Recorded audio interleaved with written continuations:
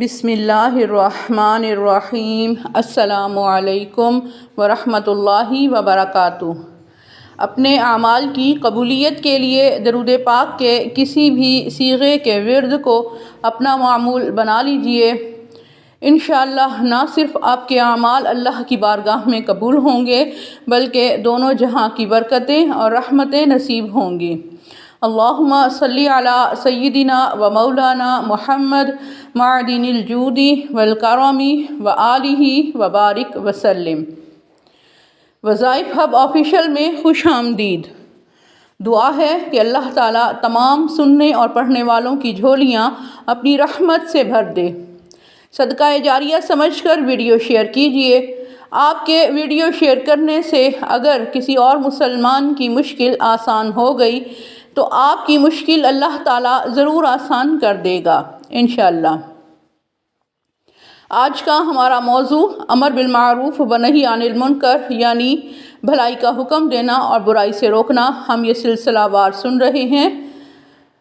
تنبیہ الغافلین میں ہے کہ حضرت انس بن مالک رضی اللہ تعالیٰ عنہ کہتے ہیں کہ نبی کریم صلی اللہ تعالیٰ علیہ وآلہ وسلم نے فرمایا کہ کچھ لوگ ایسے ہوتے ہیں جو بھلائی کے پھیلنے اور برائی کو روکنے کا ذریعہ ہوتے ہیں، اور کچھ لوگ ایسے بھی ہوتے ہیں جو برائی کے پھیلنے اور بھلائی میں رکاوٹ کا ذریعہ ہوتے ہیں۔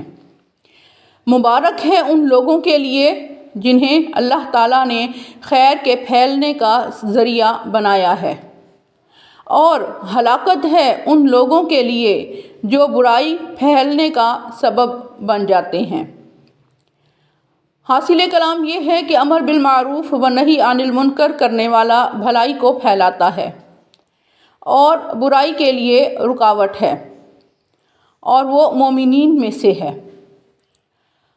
حضرت علی کرم اللہ وجہ الکریم فرماتے ہیں کہ امر بالمعروف و نہی عن المنکر یعنی بھلائی کا حکم دینے والا اور برائی سے روکنا یہ ایک بہترین عمل ہے، اور یہ عمل فاسق کو جلانے والا ہے، اور جو امر بالمعروف کرنے والا مومن کی پشت پناہی کرتا ہے، اور نہی عن المنکر کرنے والا یعنی بھلائی کا جو حکم دینے والا ہے گویا وہ مومن کے پشت پناہی کر رہا ہے، اور نہی عن المنکر یعنی برائی سے منع کرنے والا منافق کو ذلیل کرتا ہے۔ ایک اور روایت میں حضرت علی کرم اللہ وجہ الکریم فرماتے ہیں کہ لوگوں پر ایک وقت آئے گا کہ اس میں برائی کو برائی کہنے والے تمام لوگوں میں سے 10ویں حصے سے بھی کم ہوں گے۔ اس کے بعد یہ 10واں حصہ بھی چلا جائے گا، پھر کوئی برائی کو برائی کہنے والا نہیں ہوگا۔ یہ روایت تنبیہ المغترین میں ہے۔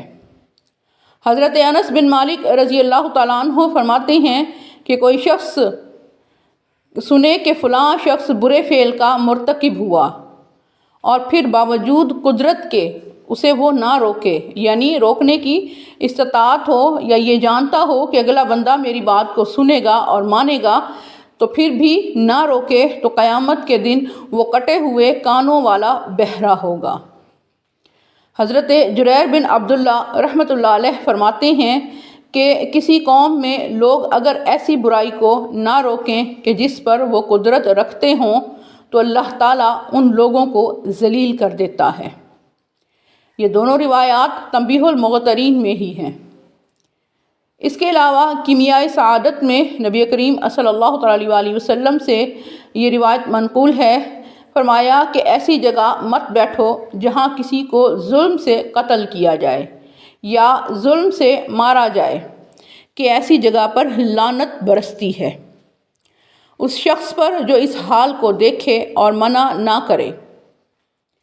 تنبیہ المغترین میں ہی حضرت ابو امامہ رضی اللہ عنہ فرماتے ہیں کہ اس امت میں بعض لوگ قیامت کے دن بندر اور خنزیر کی شکل میں اٹھیں گے، استغفر اللہ، کیونکہ یہ وہ نافرمانوں میں میل جول رکھتے ہیں اور ان کو روکتے نہیں ہیں، حالانکہ وہ انہیں روکنے کی قدرت رکھتے ہیں۔ اس روایت کو نقل کرنے کے بعد حضرت عبد الوہاب شعرانی رحمۃ اللہ علیہ فرماتے ہیں کہ میں کہتا ہوں کہ جب نافرمانوں سے میل جول رکھنے والوں کا یہ حال ہے، حالانکہ وہ خود غافل نہیں ہیں، پھر بھی قیامت کے دن بندر اور خنزیر کی شکل میں معاذ اللہ وہ اٹھیں گے، تو پھر ان لوگوں کا کیا حال ہوگا کہ جن کے جسم کے اعضاء تو بس گناہ کرنے سے رکتے ہی نہیں۔ ہم اللہ تعالیٰ سے اس کی مہربانی طلب کرتے ہیں۔ حضرت حسن بصری رحمۃ اللہ علیہ نبی کریم صلی اللہ تعالیٰ علیہ وآلہ وسلم کا یہ ارشاد نقل کرتے ہیں کہ جس شخص نے اپنے دین کی حفاظت کی غرض سے ایک علاقے سے دوسرے علاقے کی ہجرت کی، خواہ وہ ایک بالشت ہی سفر کیا ہو،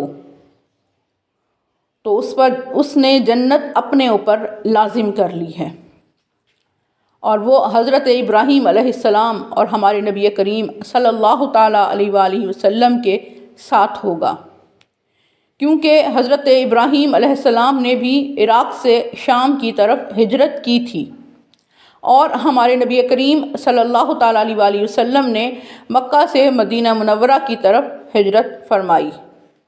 تو جو شخص ایسی جگہ ہو جہاں گناہ ہوتے ہیں اور وہ وہاں سے اللہ تعالیٰ کی رضا کے لیے نکل آیا، تو اس نے گویا نبی کریم صلی اللہ تعالیٰ علیہ وآلہ وسلم اور حضرت ابراہیم علیہ السلام کی سنت پر عمل کیا ہے، لہٰذا جنت میں ان مقتدر ہستیوں کا پڑوس نصیب ہوگا انشاءاللہ۔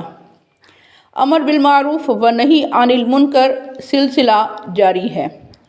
اللہم صلی علی سیدنا و مولانا محمد معدن الجود والکرم و آلہ و بارک وسلم۔